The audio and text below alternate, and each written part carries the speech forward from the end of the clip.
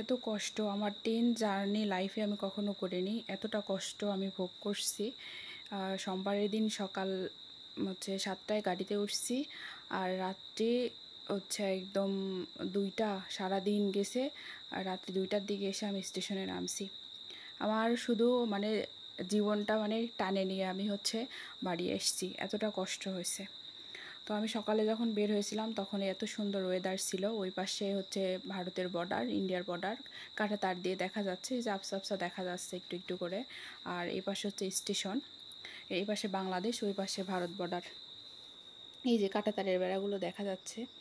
সকালে যখন ট্রেন স্টেশনে আসি তখনও এতটা মন ভালো, মনের মধ্যে একটু বিন্দু পরিমাণ কষ্ট ছিল না, অশান্তি ছিল না। ট্রেনে ওঠার পরে থেকে কষ্ট শুরু হয়েছে। 2টা সিট, একটা সিট আরেকজনের, আর একটা সিট আমার সিটটা উইন্ডো, আর পাশে আরেকজন বসেছে। তো এই মহিলা, ছেলে মানুষ হলে যদি গায়ের সাথে গাও লাগতো, যদি পাপও হতো, তাও কিছু মনে করতাম না। এই মহিলা এতটা বেয়াদব, একটু এদিক করা যাচ্ছে না, একটু ওদিক করা যাচ্ছে না, গায়ের সাথে গা লাগতে দিচ্ছে না, এভাবে চড়তেছে। আর কোলে ছোট বাচ্চা আছে। যতক্ষণ পর্যন্ত আমি ঢাকা না এসে নামছি, কন্টিনিউ এতক্ষণ পর্যন্ত তার বাচ্চা কান্না করছে। মাথাটা এত পরিমাণ ব্যথা করতেছে, এটা ভাষায় বোঝানোর মতো না। তো যাই হোক, আমি সকালে যখন বের হয়েছিলাম বাসায় ভোর হওয়ার সঙ্গে সঙ্গে বের হয়েছিলাম ট্রেনে ওঠার জন্য। কারণ আমার ডক্টর দেখানো আছে, ডক্টর দেশের বাইরে চলে যাবে। ডক্টর বারবার ফোন করতেছিল যাতে আমি আসি, কারণ আর্জেন্ট কলে যে কটা রুগী দেখে তার মধ্যে আমি ছিলাম। তো এই আর কি অবস্থা। তো আমি ট্রেনের জানালা দিয়ে যখন ভিডিও করতেছিলাম তখন পর্যন্ত আমার পাশে সিটে কেউ ছিল না। এত সুন্দর প্রকৃতি, এত সুন্দর সবুজ প্রকৃতি, একদম মুগ্ধ হওয়ার মতো। মনটা তখন এত বেশি খুশি ছিল, এত বেশি ভালো লাগতেছিল।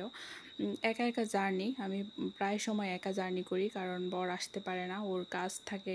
আমাকে যদি দিতে আসে নিতে আসে, কারণ 2-3 দিন চলে যায়, এইভাবে তার সব কাজ শেষ না করে আমার পিছনে এইভাবে দৌড়াতে পারে না।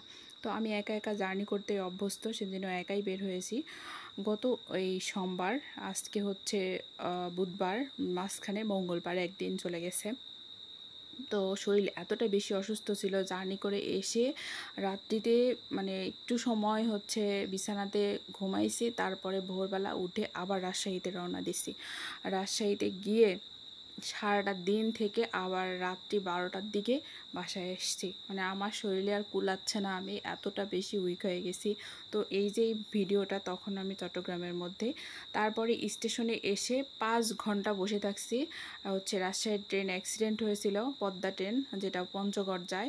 অ্যাক্সিডেন্ট হওয়ার কারণে ট্রেন লেট, বনলতা লেট। এই প্রথম আমার এই রুটে যাওয়া আসা দেখলাম বনলতা ট্রেন লেট। বনলতা আসছে 4টার সময়, আর সিল্ক সিটি আসছে 6টার সময়।